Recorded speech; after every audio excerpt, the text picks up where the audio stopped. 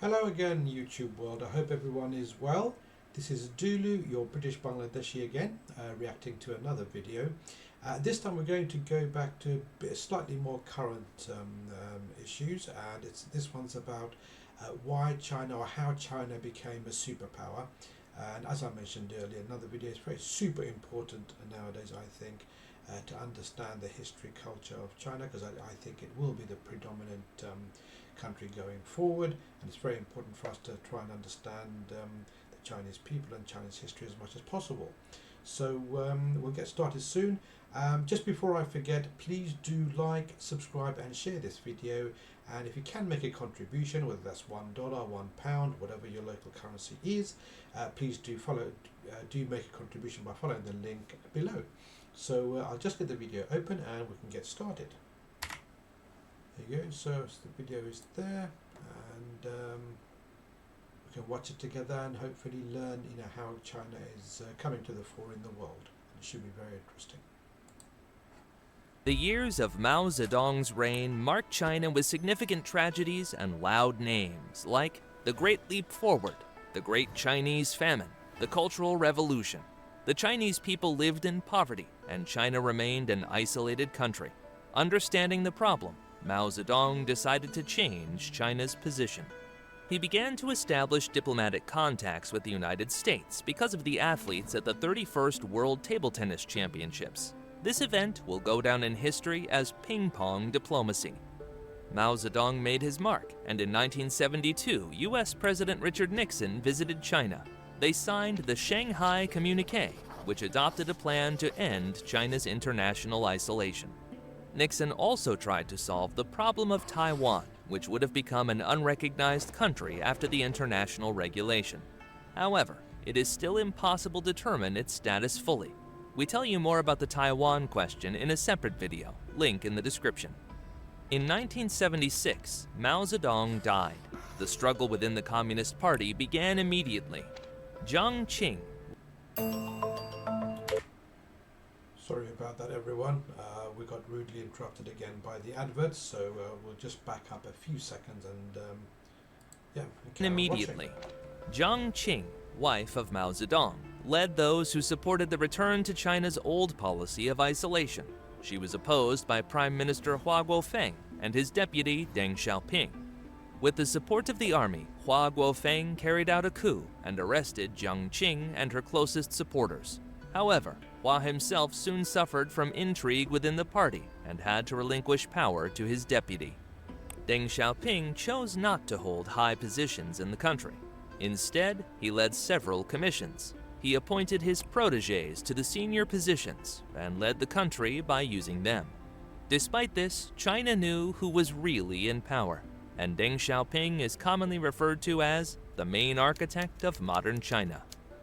His policy program came to be known as Voluan Fanzheng, which means setting things right. China continued. That's an extraordinary phrase to come up with, setting things right.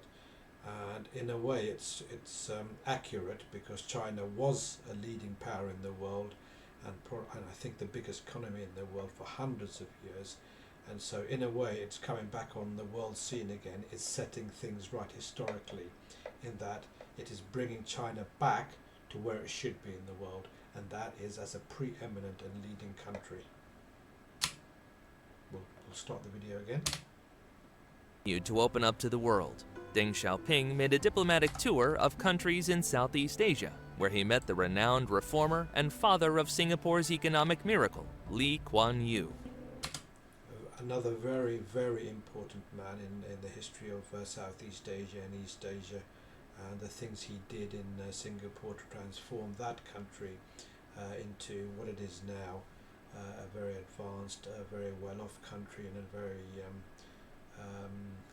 advanced country in every ways, actually.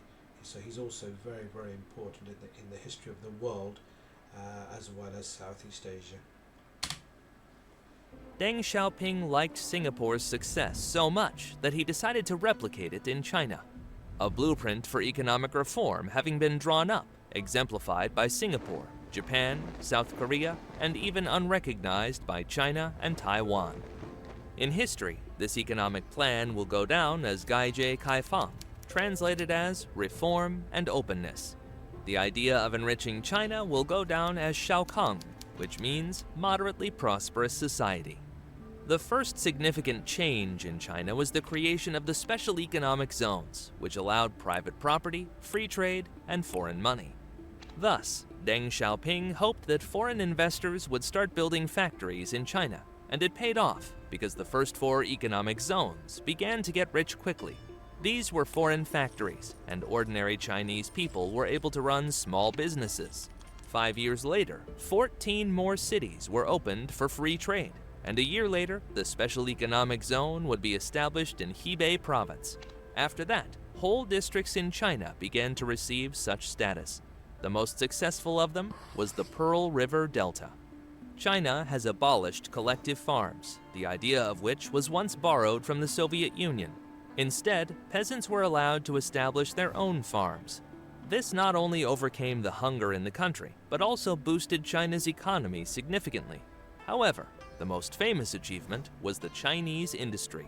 Foreign companies were interested in Chinese workers. Exhausted by unemployment and poverty, the Chinese were willing to work in factories at minimal pay. To increase income, many worked 12 hours a day. The factories, against all the rules of work ethics, were hiring even children, who were paid even less. This benefit paid off all the problems with moving production to another country. Just out of interest, I know it's absolutely horrible to hear of children working full-time in such long hours in difficult circumstances. But the sad thing about history is you look at almost all of the modern countries that have developed, especially over the last 200 years, after the Industrial Revolution was started in the UK, where I'm based, incidentally, for those who don't know. They also, in the 19th century, used child labour. Because they had small hands, they could be used almost as slave labour, and it was very profitable for the factory workers and the governments initially, anyway, for quite a long time until the latter part of the 19th century. In Europe, I mean, and especially in the UK, did not stop children, as far as I'm aware, from being employed as full-time workers in these horrible factories and horrible conditions. So the European powers themselves, actually, this is how they rose as well, one of the facets anyway. So it's not like just China is doing it, or maybe even India nowadays. Other countries did, in their own industrialization and path to economic growth, use children as well. So there's obviously there's similarity there in terms of how China, as well as some other European powers, increased their economic and political heft in the 19th century. Therefore, many factories were built in China in the 1980s. The first were American automobile corporations that moved their factories from Detroit to China. That's how Detroit fell into decline. China even benefited from Taiwan's investments, although it did not recognize it as a separate country. To occupy its production with anything, the Communist Party of China has made informal arrangements with foreign companies. It began producing copies of foreign goods in state factories. These were poor quality products intended solely for domestic sale, but very often these copies have reached international markets. In 1989, at the funeral of one of the reformers, a rally took place, which quickly escalated into an eruption of protests in Tiananmen Square. Students demanded political rights, workers demanded social guarantees, and businessmen demanded economic freedoms. In response, Deng Xiaoping sent troops to disperse the protesters by force, and we still do not know the true number of victims.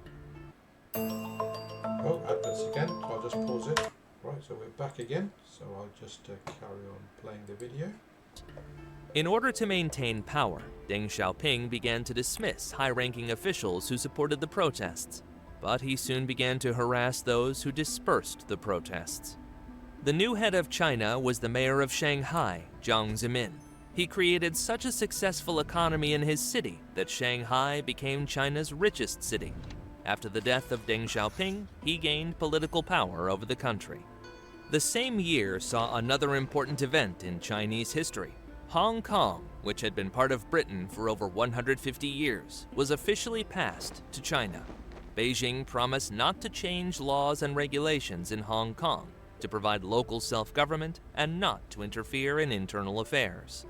I still remember when that happened, watching it on television from the UK, when the Chinese troops, dressed immaculately, came in on various trucks and other military transportation vehicles, and it was an absolutely amazing and really impressive sight. It's probably one of those iconic sights and iconic images that one day we'll look back on and say that was the start of China coming back into the world economy and coming back to its rightful place as a economic and military superpower.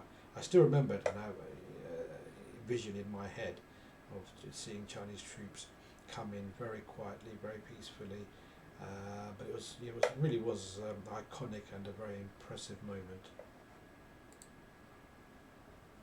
Oh, there you go. Press play again. At that time, Hong Kong corporations began to invest millions of dollars in manufacturing in China and enriched it even further. Even world-famous Hong Kong film studios began to move to China.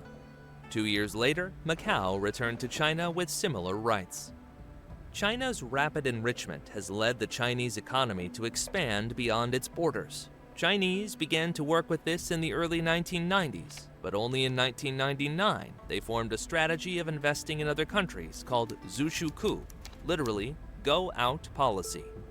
In 1991, China joined the Asia-Pacific Economic Cooperation Forums, and in 2000 initiated the creation of an almost identical economic forum for China's cooperation with Africa. The following year, China became a member of the World Trade Organization.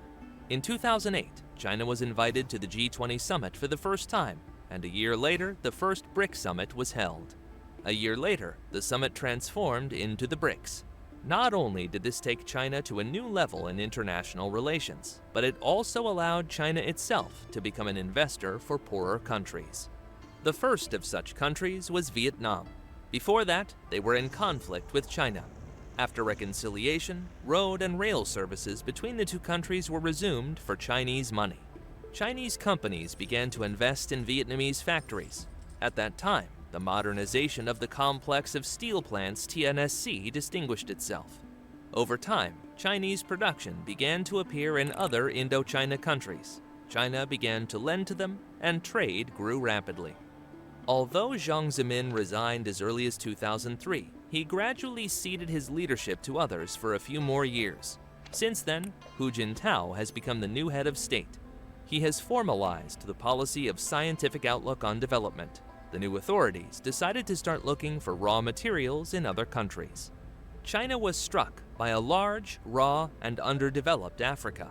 Over a decade, China has built friendly relations with African countries, working with corrupt governments, military dictators, and war criminals. And this is at the same time when the US and Europe imposed sanctions and trade embargoes on such rulers. African rulers actively agreed to cooperate with China because it demanded only one thing from them: do not recognize Taiwan as an independent country. In 2006, just on that point, you always hear Western media going on about how the Chinese are going to these autocratic states in Africa and these dictatorships and they don't ask any questions, blah blah blah. Well, frankly, it's not up to external nations to lecture on other nations, especially when they're very poor and they need all the help they can get, as in the case of sub-Saharan Africa. I don't think it's fair for people to say, to go there, give some money and then to lecture those people. Those people want to be able to work for themselves, build their own future, and need economic assistance, in the here and now. Not to be lectured by foreigners. And that's what China does so well. It doesn't go around lecturing hypocritically for its own benefits. It actually, does invest money there. Whether, it works out or not is an individual situation, and it will be different for each country. But they're not being hypocritical, the Chinese. They're doing what needs to be done for mutual benefit, as opposed to some European countries especially, going in there lecturing and not actually doing much good for Africans. China created a separate public fund to help Africa, and already in 2009, China provided $40 billion worth of loans to Africa. In exchange for these loans, China rented mines with a variety of raw materials. Oil and non-ferrous metals, which are scarce in China itself, were particularly appreciated. China wrote off debts for the poorest countries, unable to pay for their loans on their own. Oh, sorry everyone, adverts rudely intervened again, so we'll just carry on. Just make sure I'm recording. Yep, so we'll carry on. China wrote off debts for the poorest countries, unable to pay for their loans on their own, after which it provided new loans. China began to invest not only in Africa, but also in Eastern Europe. But this did not bring many results, because only one country agreed to receive Chinese investment, Belarus.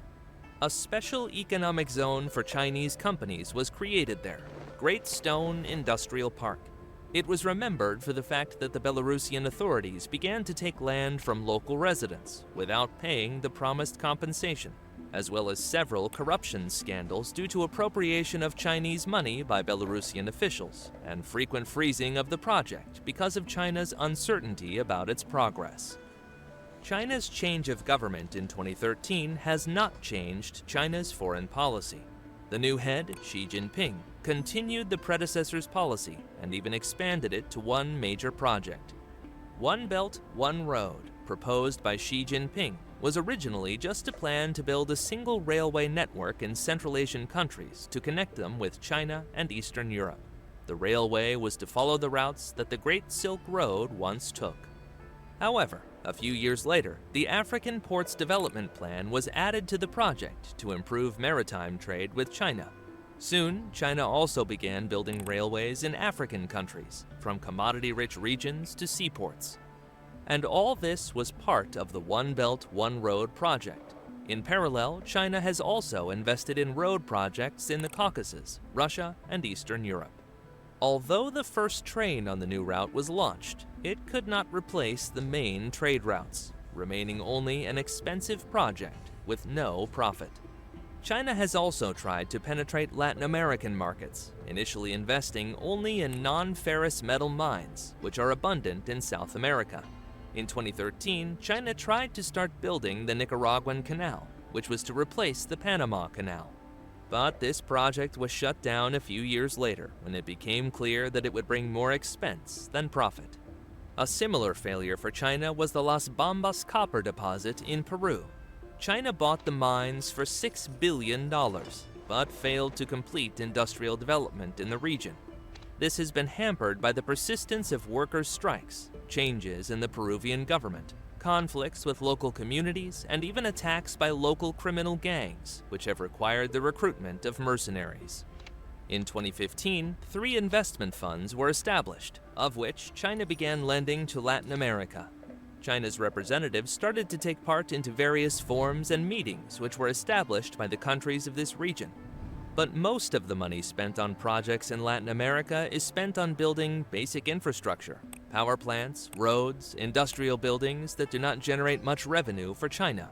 Sometimes, China generally spends millions of dollars to keep in Latin America the government that is willing to cooperate with it.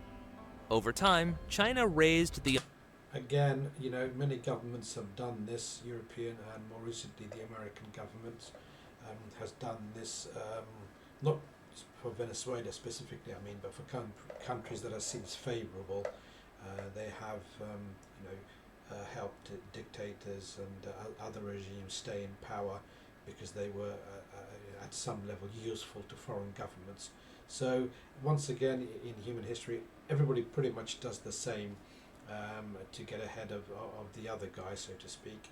So it's not that China's being particularly Machiavellian or particularly hypocritical. Other powers have done this throughout history. Amount of demands for countries borrowing from it. Oh, I'm back again. We were interrupted again with the adverts, so we'll just carry on playing. China raised the amount of demands for countries borrowing from it. Also, these demands have become increasingly political. Among the credit conditions, such as non-recognition of Taiwan, China also added denial of the genocide of the Uyghurs, rejection of European or American loans, and concessions for Chinese companies. China also demanded that countries, in exchange for credits, vote in the UN as Beijing wished. Countries that were already heavily indebted to China were willing to make such concessions for new loans. It is recorded in history as the debit trap diplomacy. China began to advance its military projects. In 2017, it opened its first ever military base abroad in the African Republic of Djibouti. China justified its creation by the presence of Somali pirates in these waters, as well as the fact that in Djibouti there are forces of 4 other countries. In the same years, China became the 5th largest exporter of arms. In doing so, it did not shy away from selling weapons to political regimes which are in international isolation. Usually, China sells weapons on credit, which makes these regimes highly dependent. China was the first in the world to allow the establishment of an embassy of the Taliban government of Afghanistan, which is known worldwide for its terrorist activities. The coronavirus pandemic severely stunted China, but it tried to use it to its advantage. China has started blackmailing with the vaccine those countries which have been inactive collaborators. At the same time, it has actively provided free aid to countries dependent on it. Deliveries were so massive that China had to hand over inferior or even defective goods. This caused several major scandals and hit China's reputation hard. Manufacturing outflows, which began in parallel with the pandemic, have become equally problematic for China. The main reason was the strict quarantines that closed these factories for several years. The increasing income of Chinese people and heightened literacy have also contributed to this. Finally, in Africa, China itself has shown foreign investors how to cooperate with third world countries. China's problems have been compounded by customs wars with the US, espionage scandals in Africa, and sanctions from EU countries. And inside China, political issues are mounting due to internal strife between Xi's supporters and those of his predecessor Hu Jintao. Over the winning streak, more and more defeats appear. All this makes China's future uncertain. That's the end of the video. I'm not quite sure why the narrator is saying it makes China's future uncertain. Everything is uncertain. Nothing is guaranteed in history or in life or in the future. I don't think it's uncertain at all. I think there'll be bumps along the road, but I think China will be progressing and going ahead. Let me just hold on, just go back to just me. Yeah, there you go. Yeah, I think China will progress as it is doing, and will progress rapidly over the next 50 years plus, or even earlier. So I'm not sure what China's future is uncertain means. Maybe in the very long term, but then again, so is everybody's future. Is uncertain. But that was a very, very interesting synopsis of how China has been rising in the last few decades. It's slightly more pessimistic and critical of China. I suppose all powers, do have to do certain things that are not nice. But this is how great powers are formed and how they rise. So that was very interesting. I'll try and learn a bit more and watch other videos together. Please do like, subscribe and share. And if you can make a contribution, please do so with the coffee link below. Thank you so much for watching again, and let me know what you'd like me to react to, and I'll try my best to do so. So it's a bye for now from your British Bangladeshi Dulu, and hope to see you guys soon. Bye bye.